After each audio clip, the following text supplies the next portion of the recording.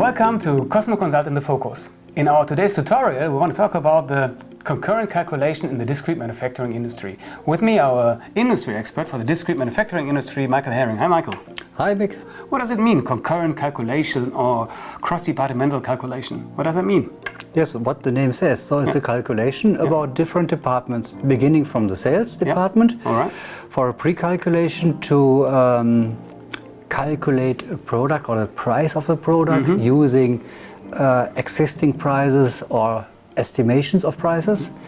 To another department, maybe the technical department, and the end is the production, when all types and material were posted against a production order that we see, did we achieve a revenue with this item, with this product or not. Yeah, and all the resources are in there as well. Yes, resource, material, whatever. Okay, let's go into the system and show me the view from the sales department. Yes. So here we have a calculation based on the calculation template. The calculation template is free definable, so it's up to the user. Is it this your calculation, or you want to have a different one? All right. Important is we have here some lines, and the lines describe different either item groups or capacity groups. Here we have a calculation, all special items from production were sum up here.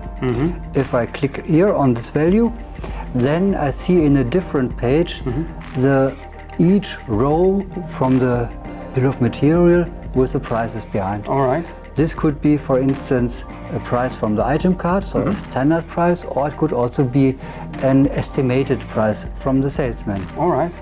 I can work with charges like here. I can see my capacity. If I go on the construction cost, then I see my planned cost for the technical department. All right. And at the end, the system says, plus all additions, this is my recommended sales price. And then we can go out to the customer, to the prospect, and offer our product with this price. All right. So, and now I want a premium question is, so I am now a CFO, CEO, or maybe a controlling guy, and I want to see now, hey, I want to see all different departments in one list. Does it work? Yes, of course. So there we have a different view for. All right. The view is what we called the concurrent calculation matrix. And here we see different views over different departments. Beginning at the sales with the quote. Then we have the order status. And here at the end, the contract will be signed, and this is the price. It is the budget is here defined. Okay. Then the next step is the technical department. It changed the bill of material. New parts will be used with different prices. So the estimated prices will be overwritten by real prices, and we see if we are still in budget or not. And the resources are there as well? Yes, the resources are there, of course.